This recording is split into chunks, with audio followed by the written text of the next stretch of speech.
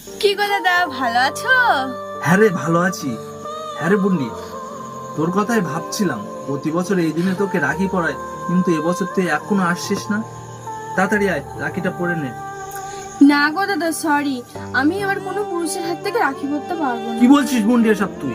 আমি কোনো যেমন তেমন পুরুষ নয়, আমি তোর দাদা হই। আমার কাছ থেকে পড়বি না কেন? কি হয়েছে বল?